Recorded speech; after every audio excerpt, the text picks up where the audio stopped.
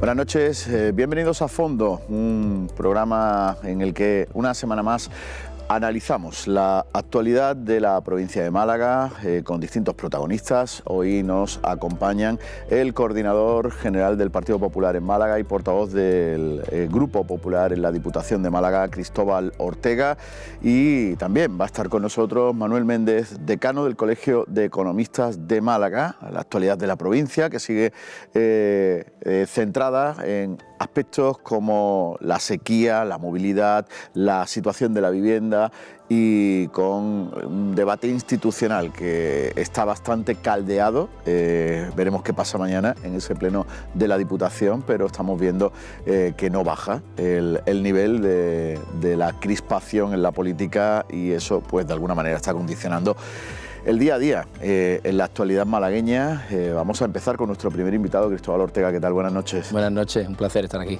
Hablábamos de eso antes de empezar la entrevista, de ese nivel de crispación que sorprende un año postelectoral. Sí, así es. Es verdad que siempre después de unas elecciones, de unas campañas electorales, con la actividad política que eso genera, de unas elecciones que hemos tenido hace escaso un año. Normalmente los meses posteriores, el año posterior a esas elecciones son meses en los que la actividad política desciende un poco, la actividad no es tan frenética, pero sí que es verdad que hay un nivel político y hay una actividad política sobre todo en la provincia de Málaga importante y todo es a consecuencia de los acontecimientos también que estamos viviendo en nuestra provincia, con los agravios que tiene la provincia respecto a otras a nivel nacional, los agravios del gobierno de Pedro Sánchez y la discriminación que tiene la provincia de Málaga respecto a otras provincias, que hace que esa tensión haya que mantenerla y haya que recriminarla al gobierno pertinente y a las administraciones que en este caso no cumple, como es el gobierno de... ¿El único culpable es el gobierno de Pedro Sánchez? En la gran mayoría de los problemas de la provincia de Málaga sí. Me refiero a la crispación política. Sí, el señor Sánchez se ha trasladado todas las reglas constitucionales, ha sido capaz de negociar un gobierno con los herederos de ETA, con Bildu, con independentistas, con personajes políticos que se habían saltado toda la legislación por ocupar un sillón y por estar en sus respectivas responsabilidades, y el señor Sánchez se ha encargado de llegar a acuerdos con ellos, de conseguir esos 7 votos, de amnistiar a condenados por la justicia, y yo creo que eso ha incrementado la tensión política a nivel nacional. Al final los ciudadanos perciben cómo hay quien ha cometido delitos en sus respectivos territorios y que ahora van a ser amnistiados por el simple hecho de dejar a Pedro Sánchez en el gobierno. Vamos a entrar ya en la actualidad malagueña. Y esta semana ha arrancado con una respuesta parlamentaria sobre un asunto del que venimos hablando desde hace mucho tiempo, porque ha marcado la actualidad de la provincia desde hace ya muchos meses, la sequía y las infraestructuras para hacer frente a la misma. Ha habido mucho tira y afloja entre el PP y el PSOE sobre quién tenía que hacer la desaladora, la segunda desaladora de la provincia de Málaga, la que se va a ubicar en Vélez Málaga. Desde el PSOE acusaban a la Junta de no estar cumpliendo con sus obligaciones. Esta respuesta que dio ayer a conocer el senador José Alberto Armijo les da un balón de oxígeno en ese debate. Yo creo que pone blanco sobre negro, ¿no? Llevamos semanas, incluso meses, escuchando a los dirigentes socialistas de la provincia de Málaga de una forma u otra, exigiendo a los responsables de la Junta de Andalucía, incluso a la propia Diputación o los ayuntamientos de la comarca de la Axarquía, que exigirles el proyecto, exigir los terrenos, exigir la puesta en marcha de esa importante infraestructura que tan necesaria es para la comarca de la Axarquía. Y en esta semana hemos conocido la realidad y la verdad que ya veníamos anunciando por parte del Partido Popular, pero hasta que no se ha manifestado por parte del Gobierno a través de esa pregunta parlamentaria que realizó el senador José Alberto Armijo, en donde el Gobierno admite que es competencia del Gobierno central y que además todavía no ha hecho el encargo a Acuamed, que eso es lo más grave. Ya no es que haya admitido que es la administración responsable de poner en marcha las obras, sino que el Partido Socialista anunció en campaña electoral, en las pasadas elecciones locales, que iba a poner en marcha esta desaladora con una inversión de 100 millones de euros y un año después ni ha encargado el proyecto. Es decir, la desaladora yo creo que vuelve al cajón de salida y a día de hoy todavía no le ha encargado a la empresa pública, a Acuamed, que es la encargada de redactarlo, licitarlo y ejecutar las obras. En ese caso se clarifica un poco de quién es la responsabilidad, pero mañana van a debatir eso en el pleno de la Diputación, en un pleno en el que también se va a discutir sobre las inversiones que la Diputación Provincial había recogido en los presupuestos del año 2023 para hacer frente a la sequía y que también en una respuesta por escrito, en este caso del Gobierno de la Diputación, ha quedado claro que no se han llevado a cabo. Efectivamente, ¿Qué ha pasado? Ha pasado, es muy sencillo. El Gobierno de la Diputación Provincial de Málaga hace ya 2 años creó un plan de infraestructuras hídricas en toda la provincia de Málaga. Creamos unas ayudas a los municipios de la provincia con el único objetivo de mejorar las infraestructuras hídricas de cada uno de ellos. Ya lo pusimos en marcha en la comarca de Antequera, nos reunimos con todos los municipios de la comarca de Antequera y ellos nos presentaron los proyectos que entendían eran más necesarios para acometer este tipo de infraestructuras. ¿Qué ha pasado en la Zarquía? Era el segundo objetivo porque bueno, en aquel momento se vio prioritario la comarca norte de Antequera, que también es una comarca muy afectada por la sequía. Empezamos ahí, terminamos, ejecutamos los proyectos y ya están puestos en funcionamiento. Les puedo poner, por ejemplo, la potabilizadora de Fuente Piedra, lugares en donde es que no había agua potable y en donde el suministro de agua era muy escaso. Nos fuimos a la comarca de la Zarquía y empezamos los estudios. Al final hay que hacer un estudio de necesidad y de saber realmente en qué momento está cada una de las infraestructuras y cuál es la necesidad más imperiosa de cada uno de esos municipios. ¿Qué ha pasado? Pues bueno, la sequía ha ido a más. La sequía, de ser un problema que no era tan grave, a convertirse en un auténtico problema para la comarca de la Zarquía específicamente. ¿Qué ha pasado y qué ha entorpecido? No ha entorpecido, sino que ha alterado ese ritmo de trabajo que tenía la Diputación Provincial de Málaga. Pues que bueno, nos reunimos en diciembre con la Junta de Andalucía, con la Mancomunidad de Municipios de la Zarquía y con los municipios de esta comarca para marcar unas prioridades. ¿Por qué? Porque no podíamos estar empezando, acometiendo obras que podían pasar a un segundo plano, como mejoras de depósitos, mejorar la red de abastecimiento, cuando el problema de la sequía iba a más. En esa reunión, en esa mesa de coordinación, llegamos a unos acuerdos, firmamos un protocolo con la Junta de Andalucía, con la Mancomunidad de Municipios y con el resto de ayuntamientos, y eso es lo que vamos a poner en marcha. Hemos modificado la hoja de ruta prevista, pero porque hay unos objetivos o unas prioridades que están por encima de las que teníamos marcadas. No sé si he sido capaz de explicarme, porque el primer plan iban a actuaciones en los municipios como tal, y esta va a ir a encamisados de tubería, a intentar quitar la salinidad de los pozos, que es un problema para el regadío, a también poner desalobradoras en los terciarios, y todo ese tipo de infraestructuras son las que se van a financiar con los 15 millones de euros que estaban destinados a la comarca de la Zarquía y que igualmente lo vamos a ejecutar. Ese va a ser uno de los asuntos que van a tener. Es más, le adelanto ya y puedo decirlo, estamos en conversación en el Grupo Socialista, acabo de tener conversación con el portavoz en este asunto y le he explicado lo mismo que he explicado aquí, incluso puede que lleguemos a un acuerdo porque estamos dispuestos y tenemos la financiación, esos 15 millones de euros, lo que pasa es que no está con la misma hoja de ruta que veníamos manteniendo años atrás. ¿Por qué? Porque la sequía nos ha marcado otras prioridades diferentes a las que teníamos, y la Junta también, que es la competente en materia de agua y la que realmente sabe y detecta las necesidades de dónde están, nos ha recomendado una serie de infraestructuras que son necesarias. Ellos van a empezar con otras y los ayuntamientos con otras. Entre tanto ruido, mañana el Pleno de la Diputación va a adoptar un acuerdo muy importante, porque es el que establece la financiación de los municipios de la provincia de Málaga, especialmente los municipios menores de 20.000 habitantes, durante los próximos 4 años. Y ahí hay una novedad también significativa y también relacionada con la sequía, y es que se reducen los fondos incondicionados y se obliga a los alcaldes a gastar 1 de cada 3 euros en hacer frente a la necesidad en infraestructuras hídricas. El presidente de la Diputación lleva tiempo insistiendo mucho en que las redes de abastecimiento pierden mucha agua y ante eso hay que actuar. Ese va a ser un caballo de batalla en esos recursos que se van a poner sobre la mesa. Así es, ese es el objetivo del presidente, de la corporación, sobre todo del equipo de gobierno, ¿no? Ya veremos mañana quién apoya este plan o quién no lo apoya o se abstiene en el mismo, y la idea de la Diputación es mejorar la red de abastecimiento de los municipios de la provincia de Málaga. ¿Y por qué? Pues muy sencillo. Hace 2 años la propia Diputación Provincial de Málaga, de mutuo propio y sin, yo creo que aventurándonos a saber algo que nadie sabía y que era muy interesante para marcar las estrategias también de los fondos que destina la Diputación a los municipios, hicimos un estudio de fuga en todos los municipios que nos lo permitieron. Hay municipios que no nos lo permitieron, pero sí que en donde se nos permitió poder hacer el estudio de fuga, hicimos un estudio pormenorizado de las fugas que había en la red de abastecimiento de agua de los municipios de la provincia de Málaga, y nos llevamos muchas sorpresas, ¿no? Hay municipios que desperdician más del 70% del agua que sale de sus depósitos, que sale de su acuífero. Estamos hablando de que hay una pérdida importante de agua en la provincia de Málaga en cuanto a la red de abastecimiento.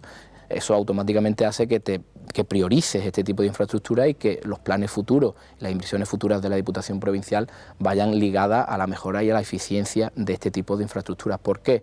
Porque es más fácil arreglar una red de tubería que hacer otra captación. Quizás hay municipios que con el arreglo de su red de abastecimiento tienen agua suficiente y no necesitan hacer otra captación, arreglar construir otro depósito o buscar agua donde realmente ya la tiene, porque el uso del agua o el número de metros cúbicos que necesita el municipio lo tienen asegurado, pero se estaba desperdiciando o tirando en la red de abastecimiento.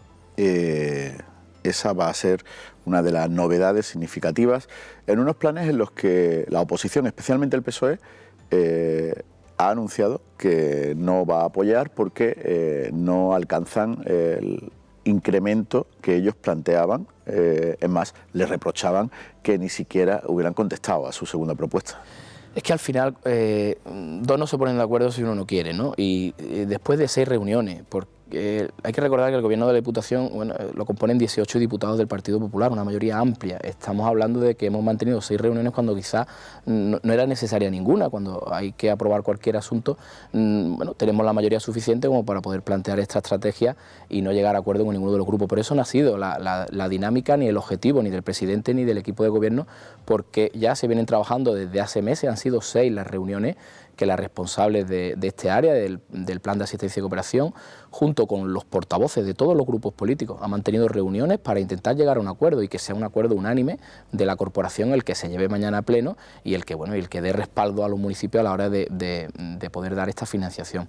Hemos mantenido 6 reuniones en donde, con nuestros tira y afloja, entendíamos que habíamos llegado a un acuerdo, con todos los grupos políticos, y en el momento de anunciar este acuerdo entre todos, la tarde antes, el día antes, el Grupo Socialista se descuelga en que hemos incrementado las partidas en más de un 17%, nos pedían un incremento superior al que ya habíamos acordado. Cuando tú el último día, a última hora, pides un incremento superior al que ya tienes, pues lo que está evidenciando es que no quiere llegar a algún tipo de acuerdo, porque eso sería empezar de cero con las 6, 7 reuniones que necesitaría, porque el acuerdo no es con nosotros, es con el resto de grupos.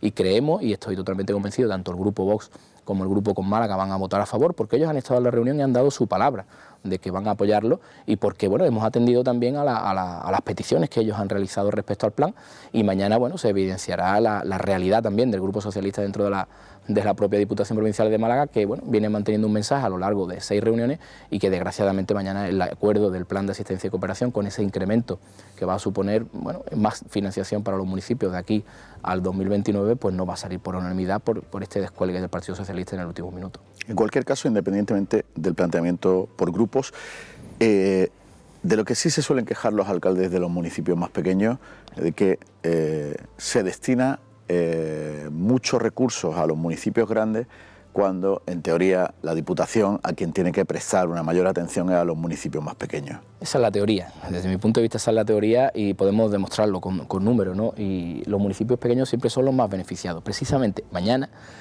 independientemente del Plan de Asistencia y Cooperación, se lleva un PAEN, que es un Plan de Asistencia Económica Municipal, de 17 millones de euros, y se hace un cálculo por habitantes, pero siempre con un mínimo. Entonces, los municipios menores de 1.000 habitantes, no sé si Atajate tiene 300 o 250, recibe lo mismo que el que tiene 900, recibe 100.000 euros, tenga los habitantes que tenga.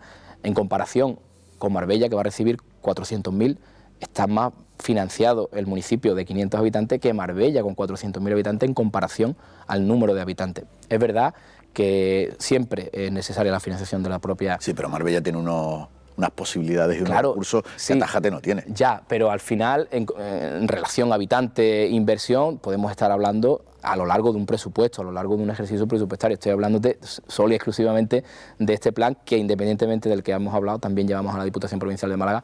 En el Plan de Asistencia y Cooperación, los municipios grandes no están dentro del plan que acabamos del que acabamos de hablar, están fuera. Los municipios mayores de 25.000 habitantes no están, no, mayores de 20.000 habitantes no están. Entre 20 y 25 hicimos ahí, un reparto, porque hubo un momento en el que se redujo el número de habitantes para poder entrar en el plan, y los municipios que reciben este plan son los municipios menores de 20.000 habitantes y por lo tanto los municipios más pequeños de la provincia. Pero entendemos también esa reivindicación, son los que más dificultades tienen, son los que más necesitan del apoyo de la Diputación, pero también del resto de administraciones. Yo creo que la Diputación hace un gran papel de financiación, de ayuda, de asesoramiento, de acompañamiento y de trabajo con los municipios pequeños, que yo creo que si no fuese por la institución provincial les costaría mucho trabajo salir adelante.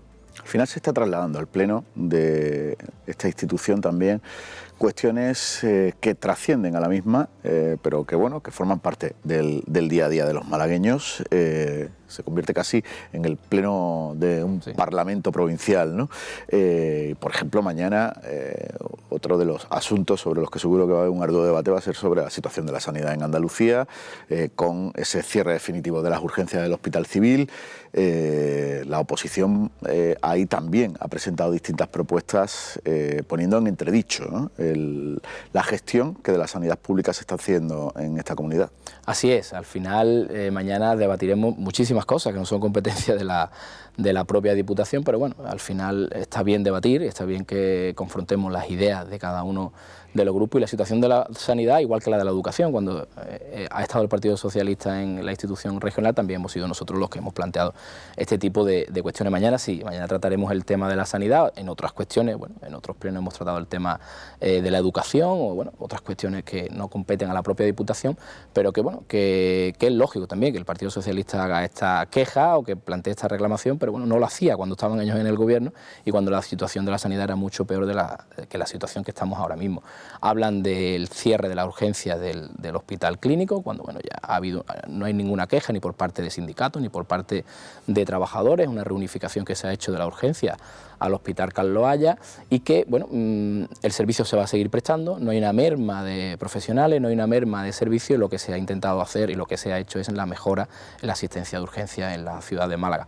Es lógico que el señor Pérez, pues bueno, lo que no hizo como cuando fue delegado de Sanidad en Málaga, lo quiera reivindicar ahora, pero la situación es mucho mejor, hay más inversión, hay más personal sanitario, la lista de espera, a pesar de los momentos complicados que hemos vivido a principios de año, bueno, ese incremento que también admitimos que hemos tenido, que se ha tenido en la sanidad pública, debido pues bueno, al incremento de la enfermedad respiratoria, de la gripe y de momentos puntuales en donde bueno, las listas de espera se incrementan, pero que ya se han reducido gracias bueno, a la ayuda que se ha prestado por parte del Gobierno de la Junta de Andalucía en cuanto bueno, a la posibilidad de horas extras de los sanitarios, a los conciertos también que tiene con otras clínicas para al final pues bueno, reducir esas listas de espera y que las intervenciones que bueno, que son más prioritarias pues que no sufran merma en cuanto a los días o a los meses de espera.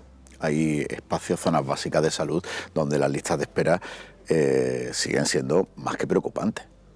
¿Cómo cuál? Bueno, no tengo los datos ahora mismo, entre otras cosas porque cuesta trabajo conseguir los datos de bueno, las listas de espera en la sanidad pública. Los últimos que salieron, en líneas generales, eran muy malos.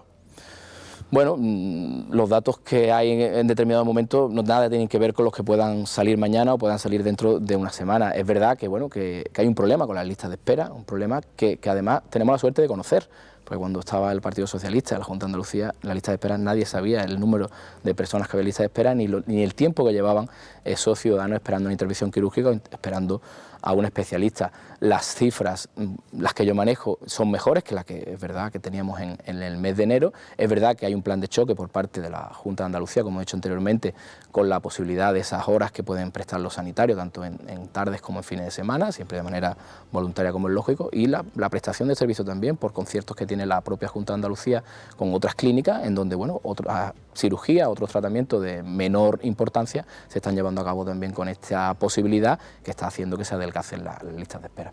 Las posibilidades de mejora pasan por el concierto con clínicas privadas. No, al final es por la contratación de sanitarios, por el concierto, por la mejora de infraestructura, es un todo. Al final el hecho de tener clínicas concertadas, yo no veo ningún tipo de problema. Yo he sufrido un tema sanitario y a mí me intervinieron en pocos días por un concierto sanitario que tenía la Junta de Andalucía con una clínica privada.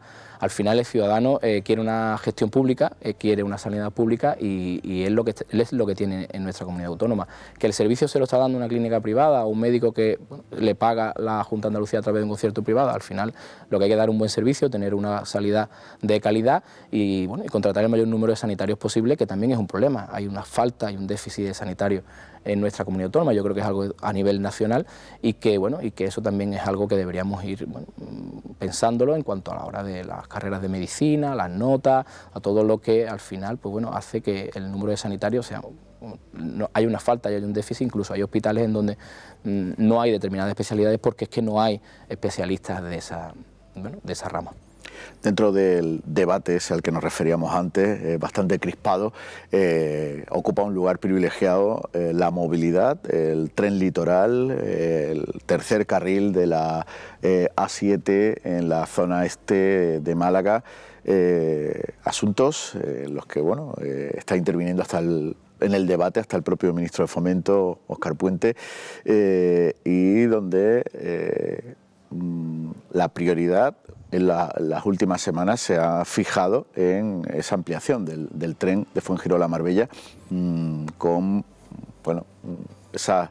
ese cruce también de acusaciones sobre si hay informes, si no los hay, cuánto cuesta, cuándo se podría hacer. Sí, el tema de la movilidad es un hándicap que tiene la provincia de Málaga por la falta de inversiones y por la falta de planificación.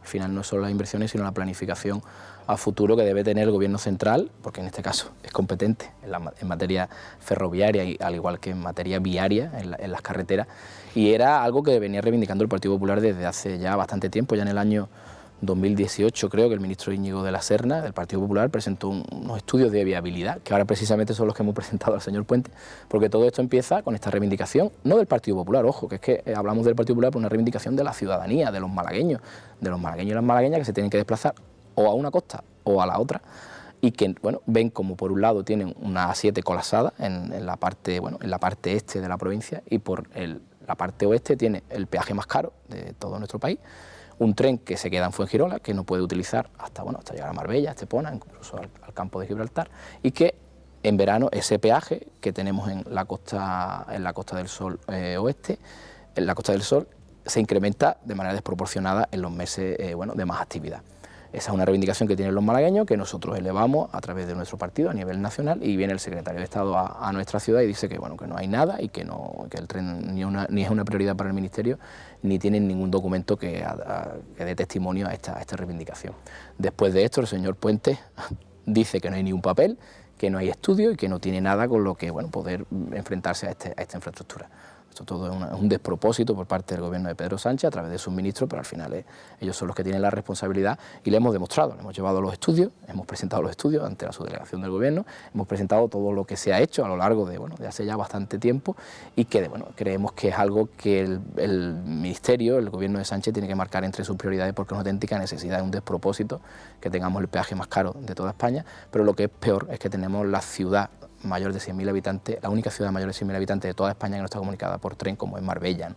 Es un tren que debería tener ya la ciudad de Marbella. Hay una masa de población importante, una actividad turística, una actividad empresarial que se desarrolla en nuestra Costa del Sol y que se está viendo mermada por la falta de comunicaciones. No puede ser que alguien llegue al aeropuerto de Málaga o a la estación de María Zambrano y no tenga la posibilidad de una conexión ferroviaria con la Costa del Sol. Estamos viendo los agravios, como en Cataluña se dedican miles y miles de millones de euros a estas conexiones, y sin embargo en Málaga ni un euro, no sabemos ni un proyecto del gobierno de Sánchez que se haya invertido o que se haya puesto en marcha en estos últimos 6 años en la provincia de Málaga. Que alguien me diga qué ha hecho el señor Sánchez desde que llegó al gobierno hasta ahora. Sí, cambió el número de la salida de las carreteras, de la A7 invirtió el kilometraje, porque empezaba en Cádiz y ahí terminaba en Barcelona, y ahora es al revés, empiezan en Barcelona al kilómetro 0 y termina en Cádiz. Ahí sí que es verdad que ha cambiado toda la nomenclatura de la autovía, pero es algo insignificante y que nada va a aportar al beneficio de los malagueños.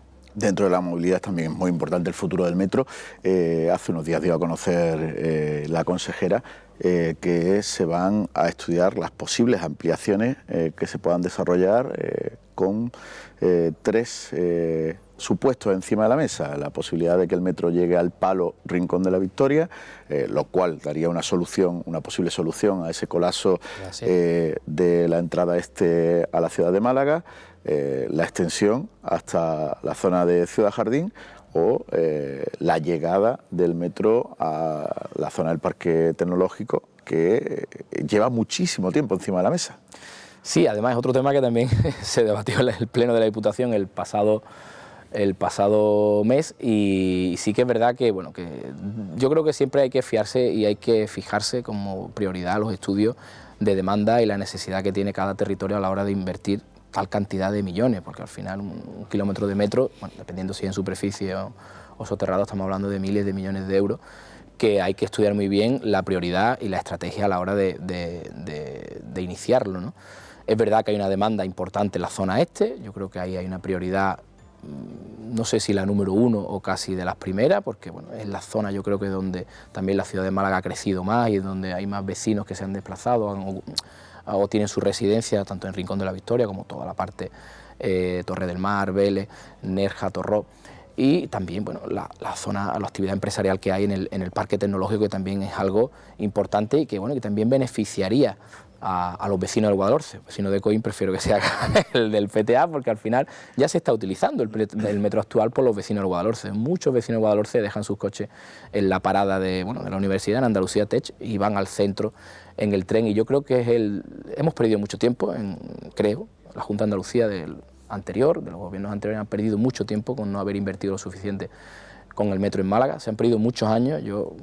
Ahora estamos disfrutando del metro, pero hemos sufrido mucho el metro en la ciudad de Málaga. Han sido 20 años de obras, de despropósito, de glorietas levantadas, de calles abiertas y que no veía la luz. Creo recordar que hubo una fecha, incluso un 11 del 11 de 2011, en donde la Junta se comprometió a inaugurar y que por supuesto no cumplió. Los beneficios los estamos viendo ahora, como esta pasada Semana Santa, en la feria, en cualquier actividad, en Navidad, como el medio de transporte del futuro. Es más sostenible, ecológico, es rentable, bueno, y para los ciudadanos con los precios que tiene actualmente es lo más económico y, bueno, y lo más viable para su uso. Así que yo creo que debería ser... Pues con el metro vamos a terminar. Cristóbal Ortega, muchas gracias por estar A Fondo en 101 Televisión. Mañana tienen un pleno importante en la Diputación con un intenso debate. Gracias por estar aquí. A vosotros y bueno, cuando queráis aquí estamos. Y no se vayan, enseguida va a estar con nosotros Manuel Méndez, el decano del Colegio de Economistas de Málaga.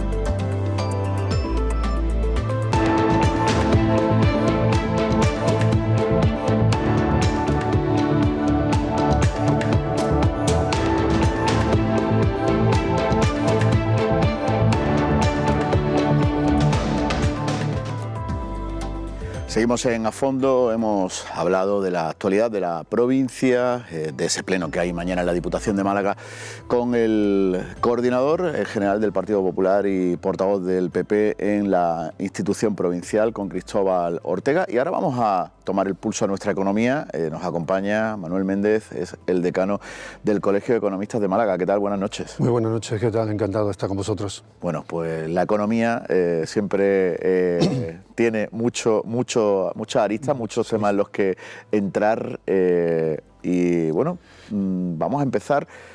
¿Cómo está la economía malagueña en este inicio del 2024? Pues antes que nada, como dice, efectivamente el tema económico permea todo, pero permea no solamente a las empresas, sino a cualquier particular como ciudadanos, y eso hace que evidentemente sea un tema siempre de portada o tal. En la economía malagueña, estamos todavía en abril, todavía no hay datos ni siquiera del primer trimestre. En el colegio estamos ya elaborando lo que será información del primer trimestre, pero por lo menos datos hasta febrero. La economía malagueña se sigue manteniendo como venía, con la tendencia bastante mejor que lo que hay en Andalucía y en España. Seguimos diciendo que, aunque resulte casi manido, pero hay que seguir diciendo que estamos todavía en un oasis. Bien, es verdad que hay siempre nubarrones que se nos pueden complicar la vida. El tema de los precios de la vivienda de alquiler es un tema que está ahí, y el tema de la infraestructura. Una ciudad, para que realmente tenga atractivo de inversión y podamos continuar con este, lanzamiento que tenemos, necesitamos infraestructuras, y además pensándolo no solamente en la área metropolitana, sino zonas, no solo Málaga capital, sino en la zona metropolitana. La interconexión de diversos municipios del interior y de la costa es fundamental, y sin eso podemos empezar a dar un paso atrás. Escribo muchos titulares de la bonanza de la economía de la provincia, de lo bien que va, de todos esos números que indican un crecimiento casi continuo en los últimos años, pero la suma de todo da una realidad que se asemeja a ese optimismo. Yo estaba mirando este mediodía las estadísticas de empresas, es decir, constituidas, amplían capital, y las que se disuelven o se liquidan, o las que van a concurso. Y en Málaga tenemos que tanto las que se constituyen como las que se cierran, como se liquidan o se disuelven, como las que amplían capital, es decir, estamos siempre casi en un tercio, entre un 25 y un 33% de lo de Andalucía. En Málaga se lleva casi el 33% de todo eso. La única que estamos por debajo, y es buena noticia, son las que están en concurso de acreedores, que es solamente un 14%. Entonces en Málaga digamos que hay potencial y hay, de hecho, actividad. No podemos negar que en Málaga está de moda y eso siempre va a tener un reflejo económico. Lo que pasa es que tenemos que saber aprovechar y diversificar también. Es decir, nuestro principal atractivo, que ha sido siempre el turismo, ese propio sector se ha diversificado. Lo que nos hace falta también diversificar en otros sectores. El turismo, pasamos del sol y la playa al tema cultural, congresos, convenciones, gastronomía, ocio, todas esas actividades al aire libre, todo eso ha cambiado el propio sector y ha hecho también que sea menos estacional, menos concentrado en los meses de estivales y más durante todo el año, con lo cual también es una buena noticia, puesto que la palanca de empleo está más repartida durante el año. El turismo, de todas formas, las previsiones para este 2024 siguen siendo buenas, lo que hace indicar que bueno, va a continuar en esa senda que lleva en los últimos años. Bueno, la economía, las previsiones, a ver, las nacionales y las internacionales no eran tan halagüeñas y Málaga podemos decir que estaremos un poco por encima si seguimos esa tendencia de que Málaga está por encima de Andalucía y en general encima por España. Todo influye, de todas formas, cualquier situación en el ámbito internacional influye. Por ejemplo, en estos días hemos conocido que el puerto de Málaga se está beneficiando del conflicto que hay en Oriente Medio, pero cualquier otra situación de tensión internacional también afecta mucho a un mercado como el turístico. Correcto, ¿no? Efectivamente. Es decir, tenemos el mercado, el tema globalizado nos puede venir bien algo o nos puede venir mal. Efectivamente, el tema de los hutíes en el Mar Rojo, el tema del canal de Suez, todo eso ha hecho que la cifra de contenedores que están desembarcando en Málaga, con lo que significa también evidentemente de aumento de actividad económica. Pero también es verdad que cualquier otro tema se nos puede complicar y nos puede complicar el turismo. Es verdad que en el año, bueno, primero fue sobre todo allá por marzo, bueno, cuando estalló el conflicto en Gaza, de que pensábamos que eso iba a ralentizar el turismo. Pues la verdad es que no ha sido así. También se pensó que iba a tirar para arriba de los precios del petróleo y tampoco ha sido especialmente. De hecho, el petróleo había estado subiendo desde febrero, marzo, abril y mayo y luego a final de año pues se mantuvo.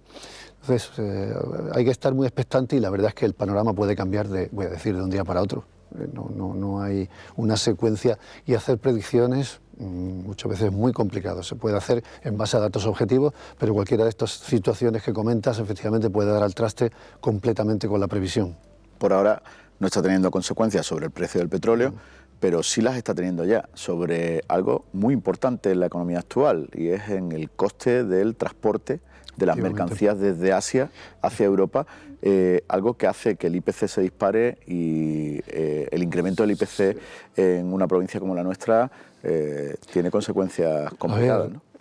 Yo diría que evidentemente el coste de transporte se va a aumentar, porque es que creo que los barcos ahora tienen que pasar por todo el final de África, todo el Cabo del Golfo y volver a subir, eso es evidente. Yo diría que también hay una cosa, hay precios que no se pueden subir mucho más. Hay productos que compramos y que no estaríamos dispuestos a comprarlos si nos aumentan mucho más. Pues habrá que ver qué productos vienen en esos contenedores, de que no aumenten y otros, ¿por qué? Porque la empresa va a tener que asumirlo. La empresa, yo me da igual que sea la que lo comercializa, la que los fabrica, alguien va a tener que asumir un poco y lo que llegue al final al ciudadano puede no ser tan impactante como podríamos pensar. Pero va a haber otros productos, pues los que son menos de necesidad, en los que el precio puede variar y si sube, pues evidentemente va a tirar al alza del IPC, bueno, en general, porque el transporte se desembarcarán en Málaga, pero realmente luego se distribuye y no solamente en Málaga el consumidor final, con lo cual esos precios se van a trasladar a la totalidad de la economía española e incluso europea, porque mucho transporte que puede venir aquí a lo mejor resulta que se termina como destino en Europa. Lo que parece que se mantiene una foto fija año tras año, con las mismas variaciones en función de la temporada, es el empleo en la provincia. No hay grandes variaciones, es decir, Málaga sigue teniendo el mismo talón de Aquiles que ha tenido desde hace años. Eso es un problema, voy a decir casi estructural, estamos hablando de un 19%, eso es muy elevado y la verdad es que no varía. Se da una paradoja que habíamos comentado algunas veces desde el colegio, es que en Málaga está creciendo el número de afiliaciones, pero sin embargo, como aumenta la población, el porcentaje de desempleados se mantiene igual. Hay más en números absolutos, hay más empleados, pero evidentemente el porcentaje no, respecto a la población. Y ese es un talón de Aquiles de la economía. Estamos en eso, curiosamente, estamos un poco más elevados, esa cifra que el resto de España.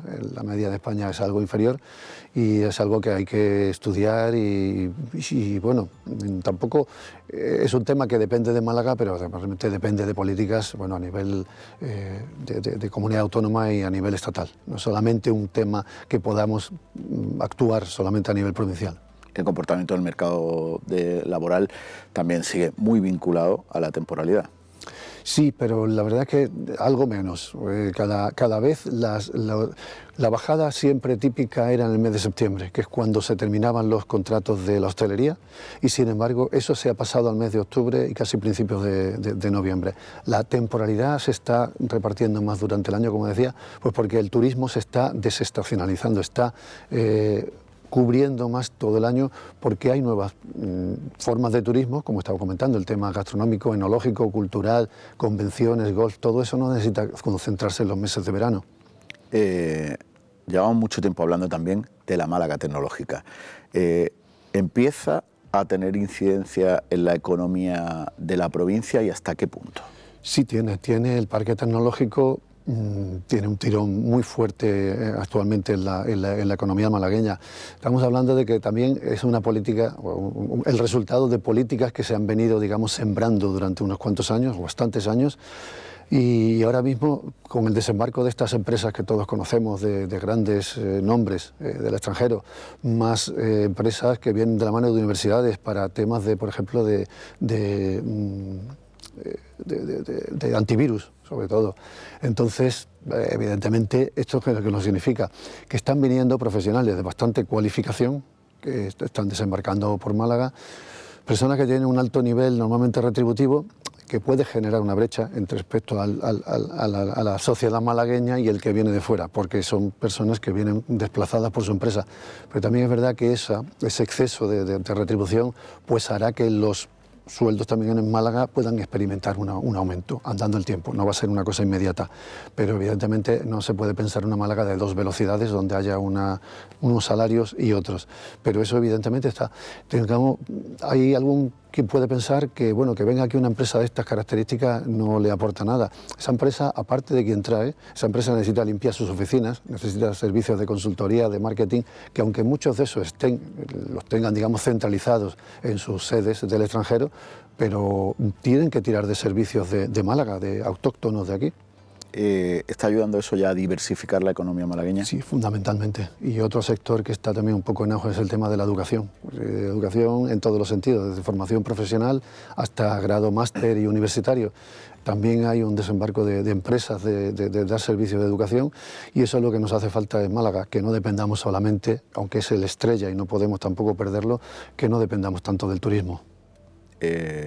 La llegada de esos profesionales se encuentra siempre con un problema que está sobre la mesa desde hace mucho tiempo, que es la falta de vivienda, sobre todo en algunos puntos. La ciudad de Málaga es donde hay más focos puestos, ¿no? Efectivamente. A ver, el precio en Málaga es un problema. Más que la falta de vivienda, el precio. Es el precio, sí, exactamente. Bueno, el precio está elevado porque no hay viviendas. Es un tema de oferta y demanda. Si no hay suficiente oferta para la demanda que hay, el precio sube, que esa es una ley económica básica, tanto en adquisición como en arrendamiento.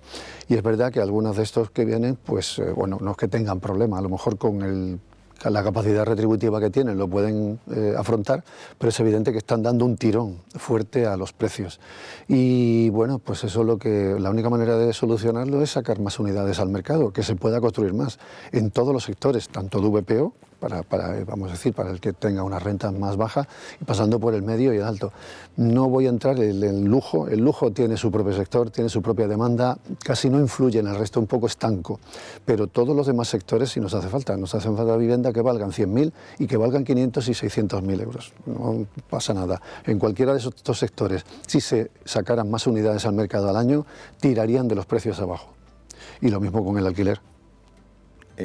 ¿Hasta qué punto está influyendo el sector turístico, el sector de los apartamentos turísticos en el precio del alquiler?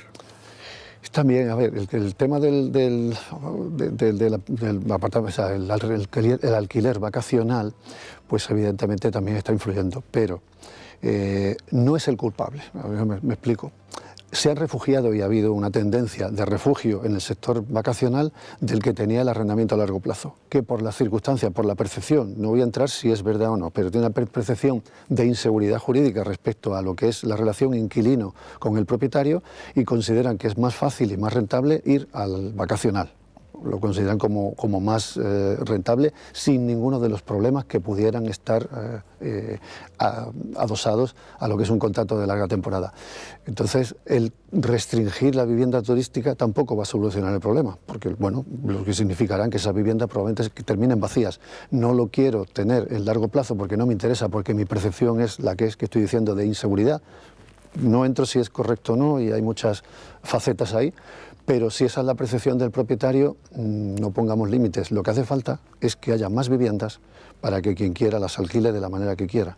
Es evidente que cuanto más vacacional haya habido, ha tirado de los precios hacia arriba, pero también pensemos que desde el punto de vista del que alquila, toda la miríada de servicios que necesita, desde entrega de llaves, limpieza, recepción, todo eso hace que al final el rendimiento del vacacional no sea mucho más que el de larga temporada. Lo que ocurre es que en el de larga temporada hay otra percepción añadida, que decía, seguridad, no está claro, se limitan los precios, porque de hecho tenemos clarísima cuál es la inflación, pero sin embargo los arrendamientos de larga temporada se han limitado a un 3%.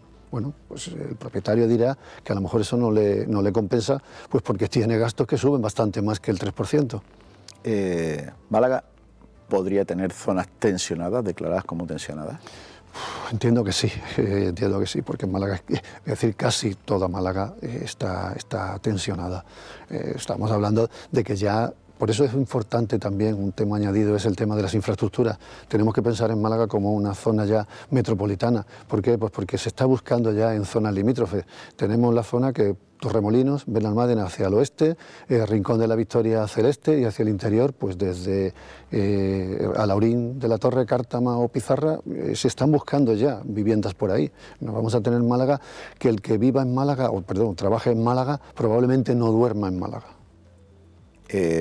Sobre esa situación de la vivienda, planteaba que lo que deben hacer las administraciones es poner más suelo para nuevas viviendas en el mercado.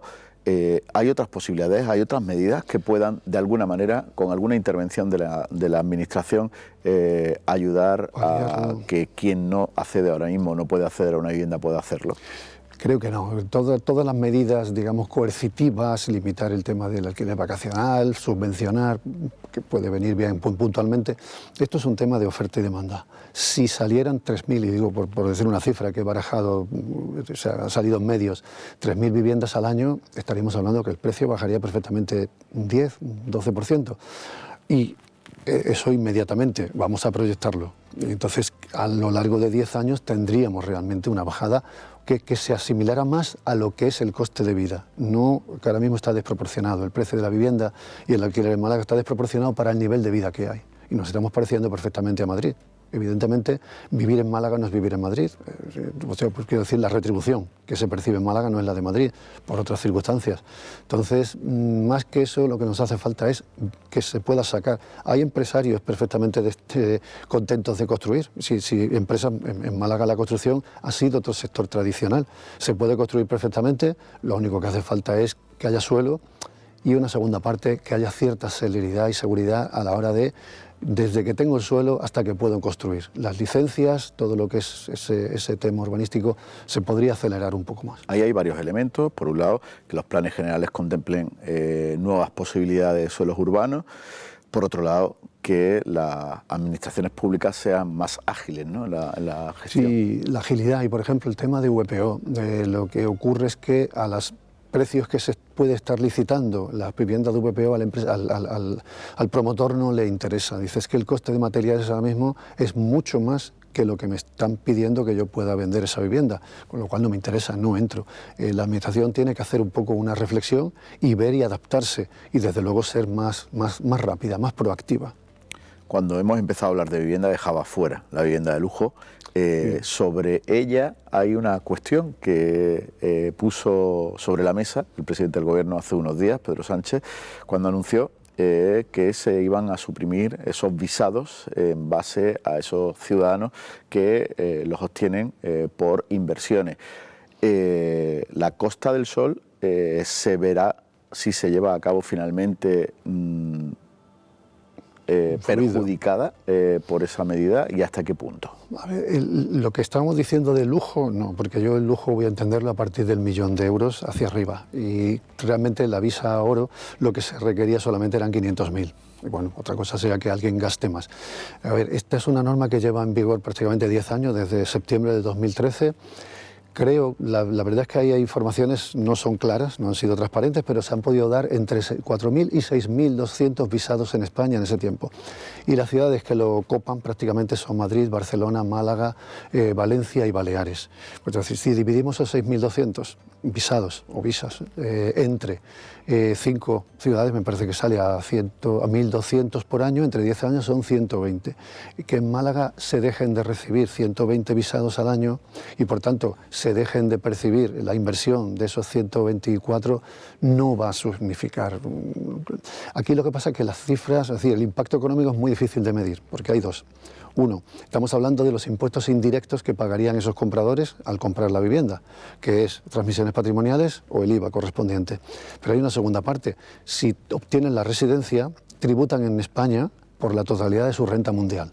Habría que determinar, si es que se puede, supongo que el Ministerio de Hacienda lo tendrá, pero no es una cifra, o sea, no es una información que esté disponible, es cuál es la renta, cuáles son los niveles de ingresos de esos señores, de esos ciudadanos que han pedido la residencia, para ver en cuánto están contribuyendo. Entonces nos podemos hacer una idea de qué es lo que podemos perder si se termina o si se finaliza y no se conceden más visados oro.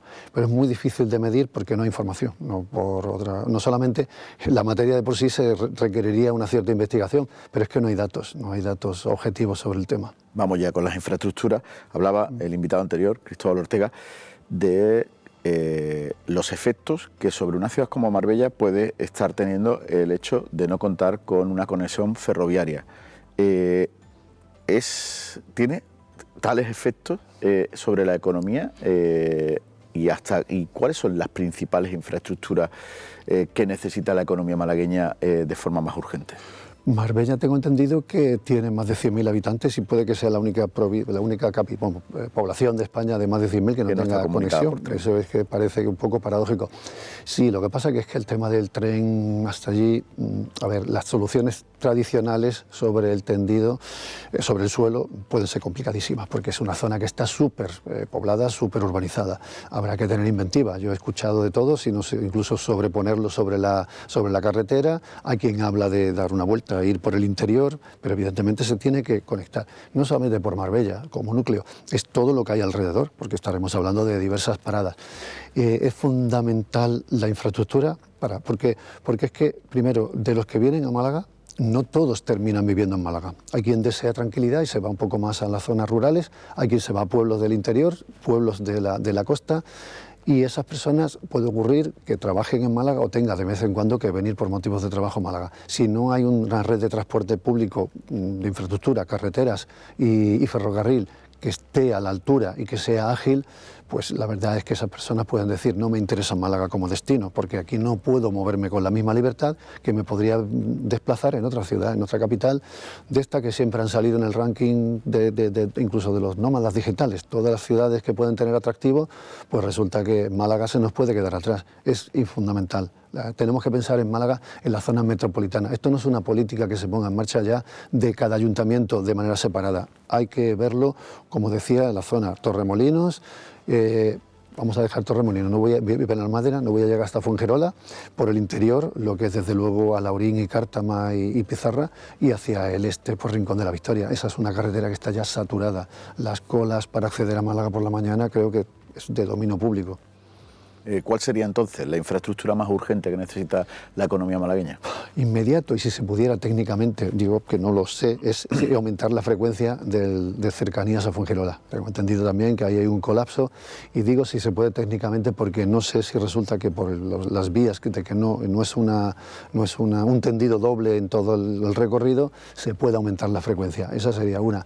Y vamos muy tarde para plantearnos el tema hacia Marbella, que con digo Marbella, y se podría continuar hasta Estepona perfectísimamente, andando muchísimos años. Y por el este necesitamos otra vía. Puede ser metro, puede ser tren, metro ligero, como le queramos decir, pero hay que comunicar desde el Rincón de la Victoria para Málaga y desde Benalmádena al menos con celeridad. Y luego el llegar a la costa oeste, como sería Marbella, es fundamental. Pero estamos hablando de infraestructuras que requieren unos estudios tremendos y una ejecución que va de años, con lo cual realmente vamos tarde. ¿El retraso de esa infraestructura hasta qué punto lastra la economía de la provincia? Un poco hay situaciones, la economía también se normalizan situaciones y entonces la economía va saliendo. Es evidente que el no tenerla es un impacto, pero no podemos decir que esté lastrando o digamos perjudicando. Lo que nos haría es posicionarnos, no tendría nada que ver. Es decir, si consiguiéramos tener esa infraestructura, por decir para mañana o dentro de un año, la economía malagueña sí podría decir que se dispararía a unos límites tremendos, porque sí sería un polo mucho más atractivo y mucho más fácil. Es que creo que si ahora mismo la provincia está en 1.600.000 de población, pues que en 15 o en 10 años estemos en 2 millones, a lo mejor tampoco es un disparate. Mover 2 millones de personas, hay quien trabajará en su sitio, y el tema de la pandemia ha hecho que haya teletrabajo, pero también hay muchos que tendrán que venir, ya sea a la ciudad o al contrario, de la ciudad tengan que ir fuera a esos municipios a trabajar, con lo cual el área de transporte, la movilidad, fundamental. La sequía que, de alguna manera se ha aliviado después de esas últimas lluvias, pero que se ha convertido en el principal hándicap de la provincia en los últimos meses, ¿ha generado ya algún efecto negativo? ¿Hasta qué punto está generando efectos negativos sobre la economía malagueña? Inmediato no. Es evidente que es un sector... Sobre todo en el sector agroalimentario. Sí, efectivamente. A ver, está ahí, hay explotaciones que lo están pasando francamente mal. El tema de la desaladora está llegando ya tarde, ya vamos tarde con eso, se tenía que haber puesto. La agricultura supone un 6%, un 6-7% en el Producto Interior Bruto de Málaga. No puedo decir que tenga un peso grandísimo, pero es importante y en cualquier caso es un sector que da empleo a muchos trabajadores.